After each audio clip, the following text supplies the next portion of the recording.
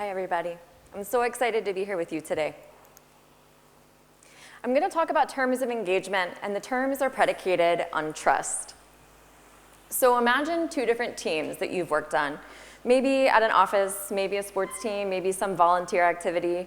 One of those teams has really high collective trust, and the other one has none at all.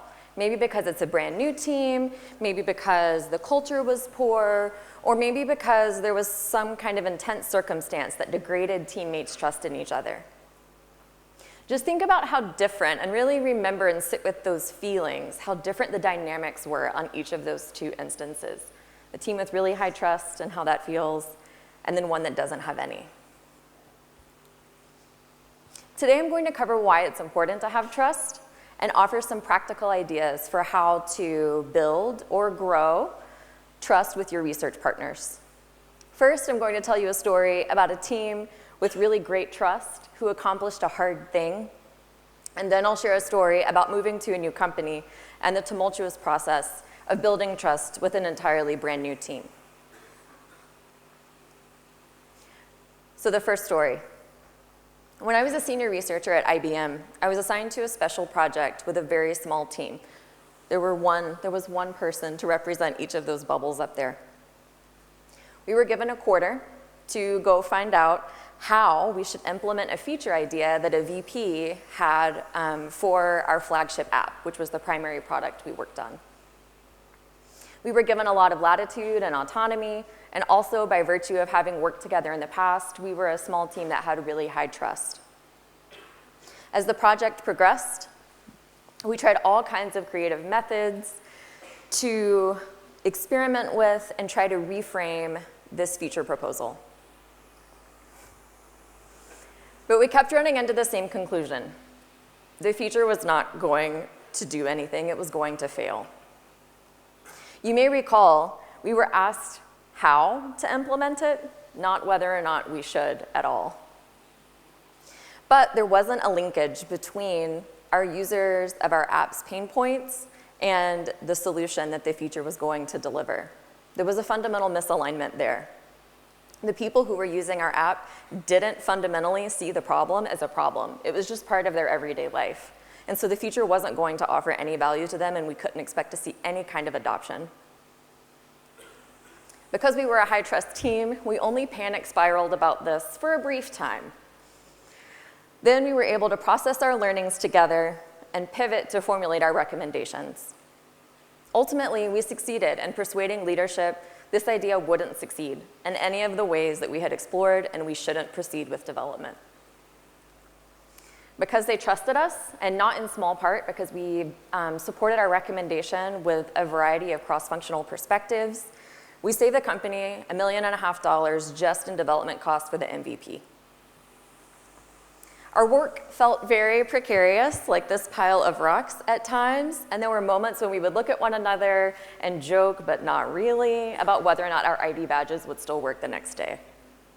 However, the mutual trust that we had made it possible for us to do our best work and go from discovery to validation to a recommendation that was a really bitter pill to swallow. It wasn't something we were excited to have found. But ultimately, it was the right outcome. Now let's think about a counterexample and review lessons learned from working in trust vacuums. Joining MailChimp was really exciting for me. It still is. It was also really exciting for the hundreds of other people who joined in a very short period of time as the company is scaling quickly. The chaos of scaling humans and aligning them around a common mission is something that will feel familiar to many of you. One consequence of such rapid growth is teams composed of people not only new to the company, are new to each other as well. It takes time to build and develop relationships and trust. But MailChimp is growing because we have big plans and we need to continue to move on them, which means that we have to continue work without taking time solely to build that trust first. This means in some blessedly temporary experiences, we've had trust vacuums occur. How do you know if you're in a trust vacuum? What does that feel like? There are a few different telltale indicators. The first is you feel like no one really knows what you're doing there, and they might even say as much to you in a meeting room. The next is that it might feel safer to produce deliverables and just throw them over the fence instead of going through the process of really reviewing them and collaborating on them with all of your cross-functional stakeholders. The third is that you have doubts, maybe even suspicions about the motivations and goals of your teammates. I hope that none of that sounds familiar to you at all. Sometimes, though, this doesn't always feel like a looming catastrophe. This kind of trust gap often isn't visible until much later down the line. It just feels like regular course of business sometimes. But when you look back upon reflection, you can realize that there were some dysfunctions or some missing links because of that. When I was still very new to MailChimp, I was assigned to a team working on a project that was a top priority. There was an immense amount of pressure and a whole bunch of new people assigned to this team who had a lot of subject matter expertise, but were still acclimating to MailChimp and its culture and each other. The lead product manager came to me and requested a researcher to staff a squad that didn't have one within this much larger team. We had a couple of conversations to help me understand the broad contours of the problem space that he was working in. But despite my best attempts, I couldn't really get any clarity on why he needed a researcher right now and why he needed one solely dedicated to that team. I couldn't pull one without leaving another squad in a bad spot, and so you can probably guess what happened. I didn't staff the squad with a researcher. I didn't understand or trust the product manager's motivations and needs, and he didn't understand or trust mine. The outcome of our negotiation was a deepening in the gap between us and a compounding effect of all of those unanswered questions piling up over time. The result was a delayed delivery to market of a product solution that our customers needed and lowered confidence across the entire team in the value of that product. Products developed without sufficient research are likely to underperform. Team negotiations about resources, priority, staffing, especially researcher staffing, are always more painful and less rewarding without trust. You don't have to repeat those same mistakes to improve on what we did wrong. So I want to share some very practical ways you can avoid those same mistakes. We'll start by talking about stage 0 collaboration, or where to start when you have no idea how to begin. As both a researcher and a product manager, I've gotten lots of practice making sense of chaos, working with different stakeholders to formulate strategy and plans and product requirements, scoping the size of projects, talking about timelines and budgets and resources. None of those logistical details matter as much as what I'm about to tell you.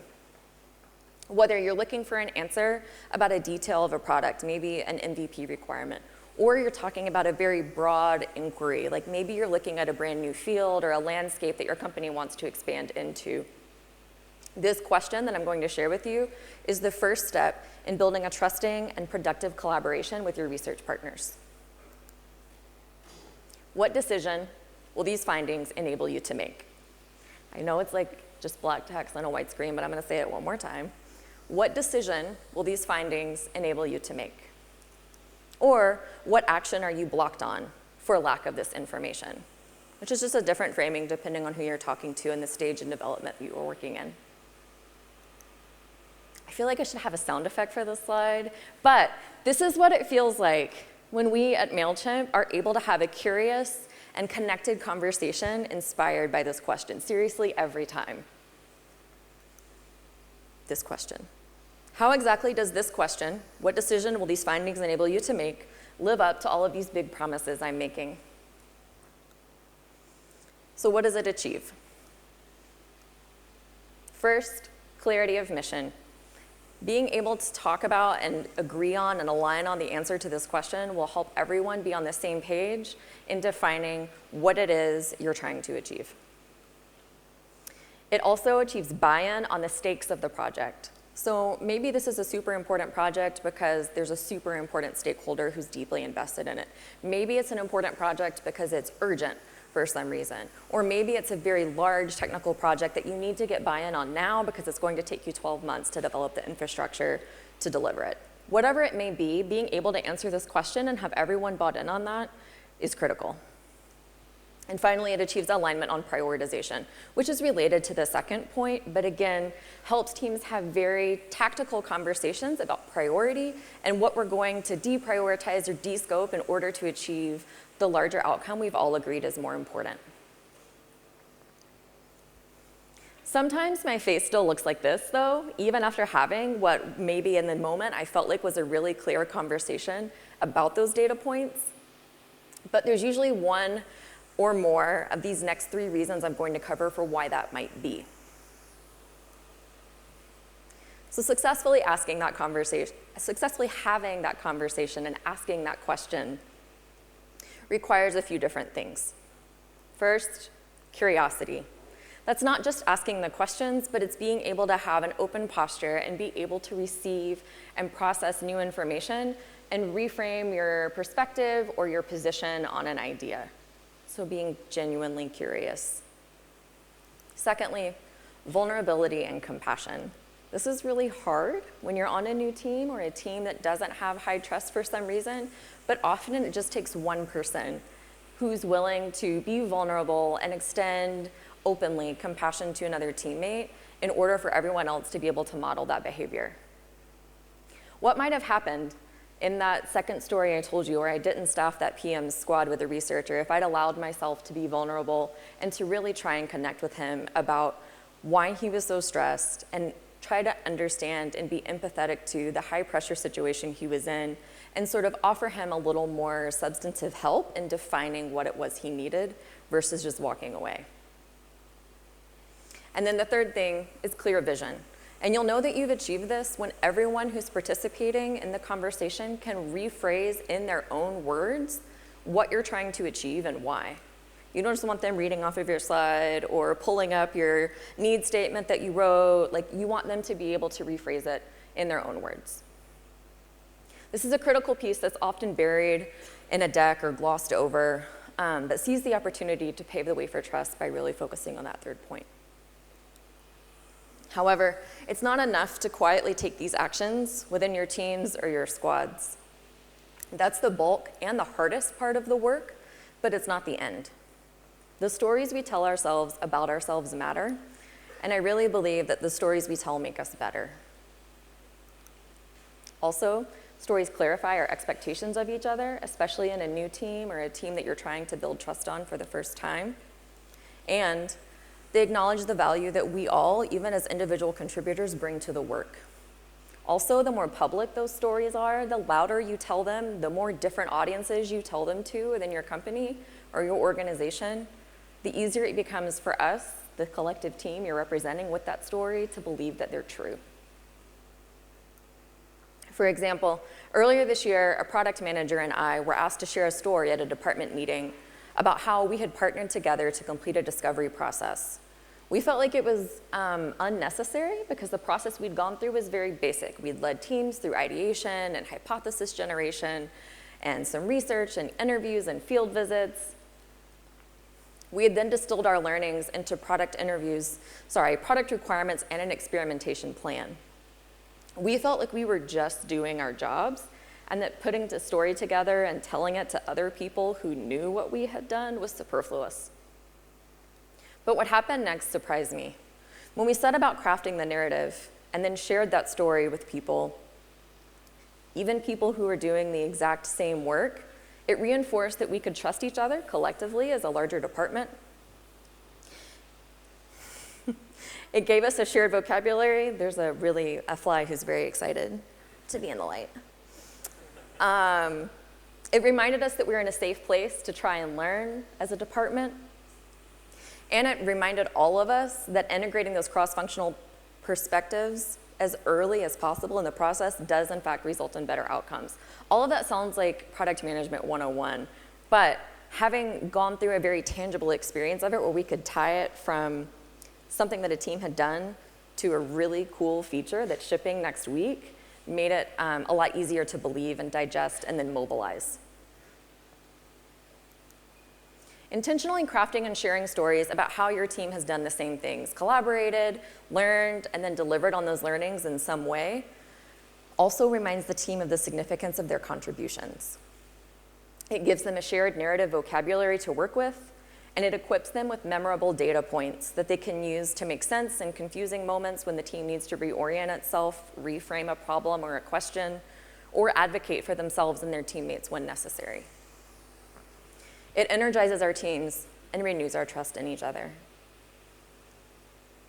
It's so easy, it's really easy to keep our heads down and just produce and deliver, especially for our research partners. That is the mode that they operate in 99% of the time.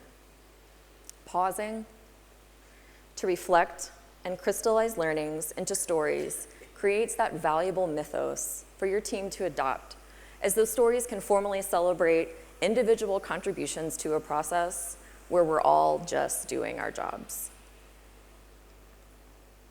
The final hurdle in building trust I want to address today is trust over tools. It can be very tempting to lean into processes, frameworks, and tools instead of the messy and difficult and often frustrating work of building trust with humans, because that often requires hard conversations or uncomfortable conflict. However, there's not a framework that's sexy enough, nor a new collaboration software that's shiny enough to solve for gaps in understanding and communication for teams that lack trust. There's no shortcut for listening to people, being curious about what thrills them and what scares them, having compassion for their challenges, and assuming good intent. The only sort of shortcut is feeding them. Providing people with food is like a tiny shortcut, just tiny. So my challenge to you is to start the work. Don't give in to the temptation to search for tools. Commit to one thing that you will do when you get back to work to begin building or maybe growing trust with your team, specifically your research partners. I've put together a sort of menu for you to choose from. Take a photo if you like, or just consider this a placeholder moment to reflect on your team and think about what it is you want to do when you return back. And think about what trust building action you want to take with your team. So don't feel paralyzed by this. I don't want it to feel overwhelming. Just go with what feels doable to you now or where you intuitively know that your team needs developing. There's sort of an arbitrary spectrum of brand new relationships, maybe a new team, maybe you started a new company, and then established relationships. What can you do with people you've already been working with for a while? Cool. Also, take these and adapt them to your own cultures. These are just suggestions of things that have come out of real life experiences that I've had and things that I have found valuable and seen my team find valuable, but they're just meant to give you very concrete, tangible ideas. Make them your own. The most important part is simply to begin. Rather than being tempted by a framework or getting too busy with your emails and spreadsheets, determine and commit to your starting point now. Time spent building trust with your team will pay massive dividends for you, for your team health, and for the products you deliver to market. And I'll be rooting for you the entire way. Thank you.